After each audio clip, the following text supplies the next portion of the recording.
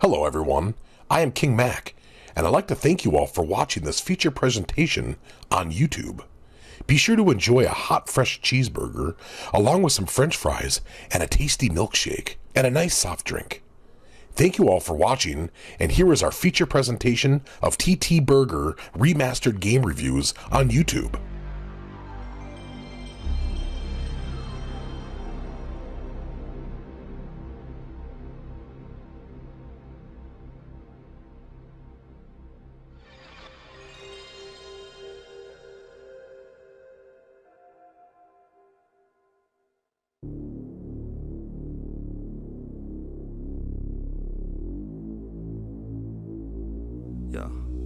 Yeah. I just wanna be on a tour bus, sitting in the back with a cold one. Hello my friends, how y'all doing today? You're watching TTBurger Game Reviews here on YouTube, and I'm your host Tony, as we continue with more videos here on YouTube. Actually, we're not taking a look at a TTBurger Game Review today. This is another TTBurger Remastered Game Review. We're continuing with my SoulCalibur Remastered Series Review, Episode 9. This is Part 3 of 5 parts. And the holiday season's coming up, so I hope you're all prepared, because it's hard to believe that as of this recording, Christmas is in 15 days. Before I get started, I want to give a shout out to Freakin' HD, Sub-Zero, MNX King Mac, alongside Hyperlamnia, Frickles Go Stateside, Griffin Puff, Black Healer, and Megs, along with the Homie RJ, Agojiva, Rockstar Pool 69, Red Hood Assassin, and Few Lessons Signal Gent, and more and more and more. And for this episode, we're going to take a look at a PlayStation 2 exclusive in the SoulCalibur franchise here. But before we get started here, those of you missed what happened in episode 9, part 2 of 5 of my remastered SoulCalibur review here.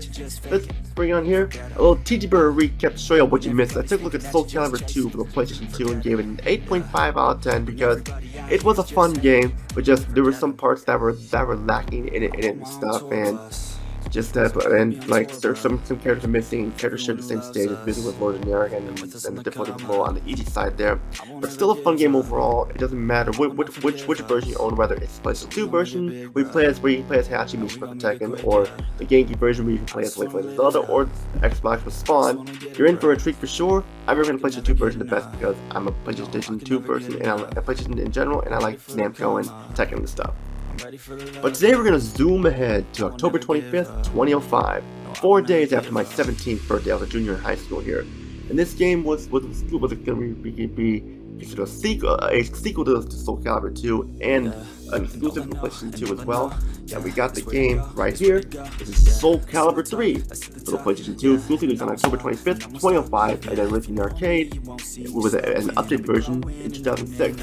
And also, this is one of the games that comes with one of these demo discs here, so you can find what kind of treats they had in store at the time with the upcoming years coming up. Now, SoulCalibur 3 is an excellent game. Hell, it is, in my opinion, the second best game in the SoulCalibur franchise, next to Soul Blade. A lot of what made the first two games great, Soul Blade and SoulCalibur, and some of SoulCalibur 2 are here and improved a lot. This game is almost perfect in every way possible, and a fast-paced weapon-based fighting game worthy of SoulCalibur nailing it, and a fantastic one is that. SoulCalibur 3, however, does have some problems, which we'll talk about later, but will not be getting a low score. It'll be getting a high score, a slightly higher score than SoulCalibur 2. Now, when SoulCalibur 3 came out, there were fans who were pissed and hated this game because there were characters that had different moves and no guest characters, and the fact that it was a PlayStation 2 exclusive, and more and more. And I was dumbfounded and all this hate for people who do not own a PlayStation 2 and upset that no guest characters and they changed the characters around a little bit and stuff. And us main fans loved it. Sure, there's some complaints, but not major, but they're not game killers or anything. Me being a fighting game fan, take it from me, do not listen to the haters. This game is awesome, better than SoulCalibur 2. And I know people have complained that like the characters' move sets were different, but it's what to be expected. You don't want to copy and paste of a game that was released a few years ago and stuff, and then just put them maybe slightly different costs and stuff. There you go. They wanted to make it different, and they did their best there for sure. And you know, I applaud Namco for that. SoulCalibur 3 has a bunch of modes to play, like Tales of Sword, which is the main story mode, and the main mode where we have Chronicles of Sword, a new mode, which is a fighting game with strategy elements in, along with World Competition, where you fight in tournament matches and stuff like that, along with the Soul Arena with the mission mode and quick battle and stuff, and more and more and more. For the first time ever in the SoulCalibur franchise, you can create a character, and which we'll talk about more later. But we need to get down to the nitty-gritty here. Let's get started. SoulCalibur 3's story takes place at first after SoulCalibur 2 once again in 1590. The evil Soul Edge survived his fated encounter with Kai Xianghua, the wielder of the good sword SoulCalibur. She restored Ziggu's softened body, turning him back into the Azure Knight Nightmare. 4 years later, Nightmare was about to restore Soul Edge, but was stopped by Raphael Soel when he stabbed the Eye of Soul Edge, which allowed Ziggu to be free from the cursed blade. Then he used SoulCalibur to pierce the eye himself, which caused both swords to be fused together as one, and used him as a quest to steal Soul Edge once and for all. Then the memories of him as the Azure Knight Nightmare took over his mind and drove him insane. Unknown to him, the evil soul escaped and caused the killing spree while seeking his body, Soul Edge. Unknown to Ziggu Nightmare, a man behind the scenes is controlling the moves to find a cure for the curse, while other warriors are in search of the play as well. And this is where it happens here. It's an excellent story, very deep and innovative, better than last time, and it's longer than last time too. The presentation of SoulCalibur 3's excellent graphics for a PlayStation 2 game is still held up really well to this day. The character models look incredibly detailed with facial expressions and lifelike movements, and animate better than last time. It's just they animate and move around like real people. One big improvement are the environments. They are very detailed, especially Cassandra, Sophia, Ivy, and Selena stages. Mainly Cassandra with the Burning Mansion, and Sophia with the Shrine, Ivy with the Valentine Mansion, and Selena with like the trail and everything. This time, all the characters for the most part have their own stages. No more sharing stages this time. They have their own, and they all look fantastic, especially the ones I mentioned. The frame rate is smooth as a bird, flying away, and it makes the graphics look amazing. The opening cutscene looks incredibly detailed, where you may think it's a next-gen game for its time. The ending cutscenes this time are improved. This time, instead of like still images with text, we have full videos with voice acting and stuff. And not only that, like in Soul Blade, you have button commands, which are quick time events you must press at the right time to get the good parts, and this time to show you what buttons to press. But those of you who are confused why it says left in A and left in B, down in G and right in K and stuff like that, what it means is like A is square, it's a square button, triangle B is triangle, the K is circle, and X is the G button, like and stuff. And it's a nice feature to have since Soul Blade used it, and they improved it here really well. A definite improvement in the PlayStation for sure. The sound of SoulCalibur 3 is excellent for the most part.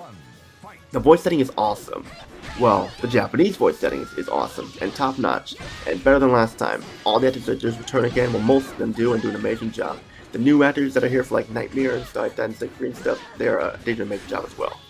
But the English voice acting once again is awful. Dry, over-the-top, sound like a combination of like stuck-up whiny brats and sounding bored to be there all at the same time. Just put it in a Japanese voice setting, it's much better. The music is better than last time. The music has emotion to it, and it fits each stage, especially Sophia and Cassandra's themes too. They're the best in my opinion. And if you got the limited edition guidebook and the hardback back cover and stuff, you were able to get the soundtrack. The weapon sound effects are here again and are top-notch as well. And it cannot get any better than that in the sound for sure. The gameplay of SoulCalibur 3, fun and innovative improved over SoulCalibur 2 despite small problems I have with it. It'll be getting a higher score than last time. We have a very fast and innovative fighting game with a bunch of modes, old and new, like Tales of Sword, the story mode, and it is a deep story mode with choice selections on where to go and who to fight next, and quick time events that work well along with many other surprises along the way. If you choose the correct choices, well, the true choice, I mean, you'll get to fight the real hidden antagonist known as Night Terror. Getting to him though is tricky and tough because you cannot lose any match at all or even get a ring out. And if you mess up, you do not fight him, you'll fight Abyss instead, which is basically this game's version of Inferno. This can come off as kind of annoying to newcomers, but it actually has a challenge to it in the end, and once you figure out what to do, which choices to pick, it'll be fun. But you have to decide which ones on your own. It's like a guessing game. But you can look it up online. It's simple as that. But back then it was hard to get broadband and stuff at the time, so it was tough and stuff. But if you had the guidebook, it would definitely tell you for sure. But even if you do not get to Night Terror and you fight Abyss, it's still just as fun. This mode can be a challenge and it can get pretty hard, but it keeps you on the edge of your seat wondering what to do next. But just so you know, your ending does not change though. You get the same ending no matter what. But still, it's an accomplishment when you defeat Night Terror and get to him. The next mode of play is Chronicles of the Soul, which is the worst part of SoulCalibur 3. Here you create a character of your choosing, where you can create a mage, a dancer, a knight, a pirate, a barbarian, a sword master, a ninja and stuff, and more. And you start off in this fictional world, and what we have here is a strategy mode in a fighting game. And those of you who know me know that I do not like strategy games at all because they're just boring to me, telling a commanding person to go here and there and stuff, it's not very much fun in my opinion. They're just boring, and here it does not work remotely at all because a strategy game in a fighting game is just not a good idea. I mean, sure, the fighting mechanics are here, but even the fighting mechanics are just kind of a snooze fest here because most of them are just pretty easy. It focuses on the strategy part of the Chronicles of the Sword mode, so just focus on the strategy part. And there's no voice setting for the most part at all. It's just basically just text and stuff, which it would have been nice if we could have recorded some audio because it just, yeah. But it just gets boring. Just go back to the other modes. Speaking of the creative character mode, it is not very good. You have a bunch of classes, but the costumes and armor and such are limited and it's not very deep. It goes off as shallow in the end, so just ignore these modes. World Competition is an offline mode where you compete in tournaments and win. And yeah, I mean, like, people complain there's no online play and stuff, but I'm okay with it because Tekken 5 didn't have any online play, and neither did Gran Turismo 4, so I'm fine with that. It's okay, I don't even really play online anyway. Soul Arena is like classic arcade mode in fighting games, and there's a mission mode in it too, where you must defeat the character of like a certain way and stuff, and or you just do classic, just go through the 8 stages to fight Abyss and stuff, and it's a nice way to take your mind off of the other 2 modes and stuff. You have your museum mode once again with the weapon exhibits, and like you get like the gallery and everything, and you can like do view fighting once again and just view what you unlocked, view the endings and stuff and everything, and a lot of content for sure. You have a ton of characters, old and new. Hell, even characters that were not in SoulCalibur 2 that were in Soulblade and SoulCalibur 1 are here, like Rock and Siegfried are back, and that is a nice feature because even though Siegfried and Nightmare are the same person, it's nice to have him here because he was in SoulCalibur and Soulblade. It was nice to have him here. There was no excuse why he couldn't be in the other one. And of course you have Rock this time, which this time he's Rock, not Berserker and that. And while you do have Astaroth too, Rock's cool in my opinion. And you have new characters as well, along with Tira, who's basically this crazed girl who's obsessed with looking for a body for a soul or anything, or with a weapon and stuff, who in the English voice setting is voiced by Jennifer Hale. I think I had to point it out there. And you have Setsuka, who is this like half Caucasian, half Asian person who uses this like umbrella-like weapon, and Zas Lamel, who is this African American guy who uses this like staff and stuff, and Okudin, who's pretty much this game's Mokujin. You had Charade last time. You have Okudin, who can mimic the fighters and stuff, and you'll fight him in the Tales of Soul mode and stuff, and he's tough, but just once you figure out how to do it, he's easy and stuff. And I like his costume. Got like an owl on his head too. It's pretty cool. And it's pretty much a character for everyone. You even have bonus characters you can unlock like Li Long and Huang Songkyung from Soulblade and Blade and SoulCalibur. While the characters like Amy Sorrell, who's like the wife of Raphael, and you have like Manette, who's basically one of the store owners and stuff when you in like different modes and stuff. And of course you have like Revenant and like these like a lot of cool characters there, but they don't have endings like that. So, but they're still fun to use in my opinion, definitely. And you can create a character too, even though the created character is not very good. The design for the characters, like their costumes and such, looks similar to the ones with Soulblade, like for the costumes and everything. Like you look at like Voldo, and you look at like Siegfried and stuff and everything like that, and Sung Mi as well. It looks like it's their classic costumes from Soulblade and SoulCalibur. It's if Namco, the people in Project Soul, had Soulblade on their mind, trying to make it as reminiscent to Soulblade as much as possible, and they did a good job of that too. And that's one of the reasons why I like this game a lot.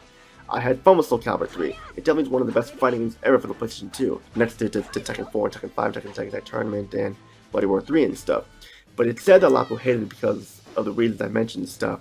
But take it from me, ignore the haters. This game is awesome. It's better than SoulCalibur 2 and stuff. But now I got the negatives.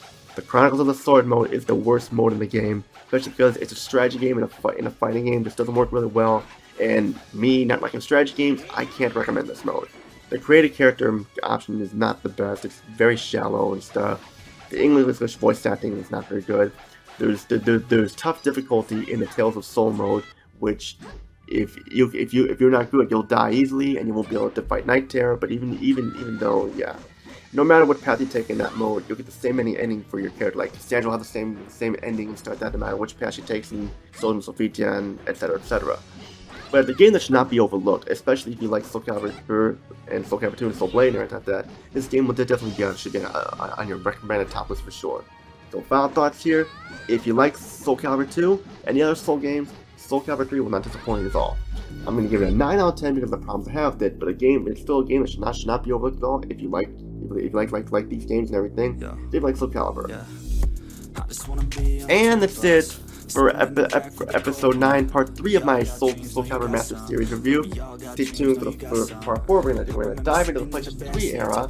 We're gonna take a look at SoulCalibur 4, which has Star Wars characters and stuff. And it's the first game for the PlayStation 3 and the Soul franchise stuff.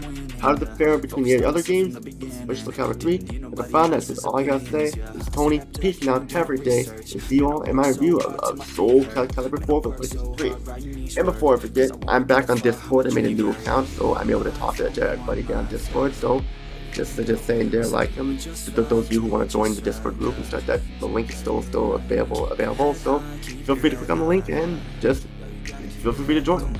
Which all I gotta say is Tony, peace and out, have everything. See you on my review of SoulCalibur 4 for PlayStation 3. Take care, everybody.